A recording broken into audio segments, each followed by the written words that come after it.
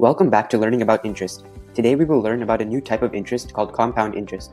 The concept of compounding is not only useful in finance, but in many areas in life.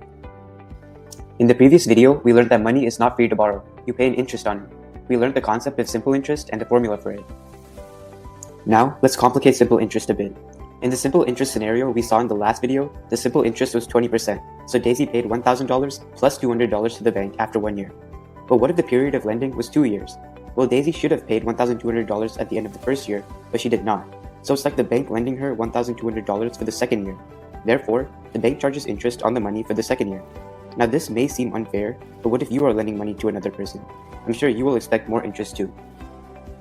In the example, if interest is charged at 20% every year, the first year's interest will be $200. For the second year, the bank charges interest on the $1,000 plus $200, which is $1,200. For the next year, 20% interest of $1,200 is $240, and so on. These amounts keep getting added to calculate interest for the following years. The more you wait, the more money you owe. Now just what if, instead of calculating interest every year, you calculate it every 6 months? Do you think the amount you will owe grows even further? In reality, compounding can be for every year, every 6 months, every month, or even every day. Obviously, we can't go through all the steps to calculate compound interest payments for the final payment. What if it's a long period of time? Here's how we calculate it. Future value is the amount you owe back in the future. Present value is what you borrowed today. The formula to calculate future value is PV times 1 plus R to the power of n.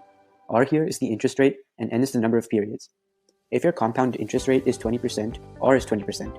If it is a 5-year loan with compounding yearly, n will be 5. If you're compounding every 6 months, n will be 10. At the beginning of this video, I told you compounding as a concept is very important. Let's say you lend money to a business and the interest rate is 15% and it compounds annually. Your money will double in 5 years. The concept of compounding is very relevant in your life. The sooner you understand the concept of compounding, the better. For example, you must have heard of Malcolm Gladwell talk about 10,000 hours of practice to become an expert. It is nothing but compounding. Imagine you practice your instrument of choice daily for 10 minutes. Over a period of time, your knowledge will compound and you will become an expert. You probably might have also heard retirement specialists talk about starting to save for retirement very early in your adulthood. This is because for every $100 you save every month for retirement, the compounding effect kicks in, and you suddenly have a nice nest egg. In the next video, we will learn concepts like APY and APR associated with interest rates. Goodbye.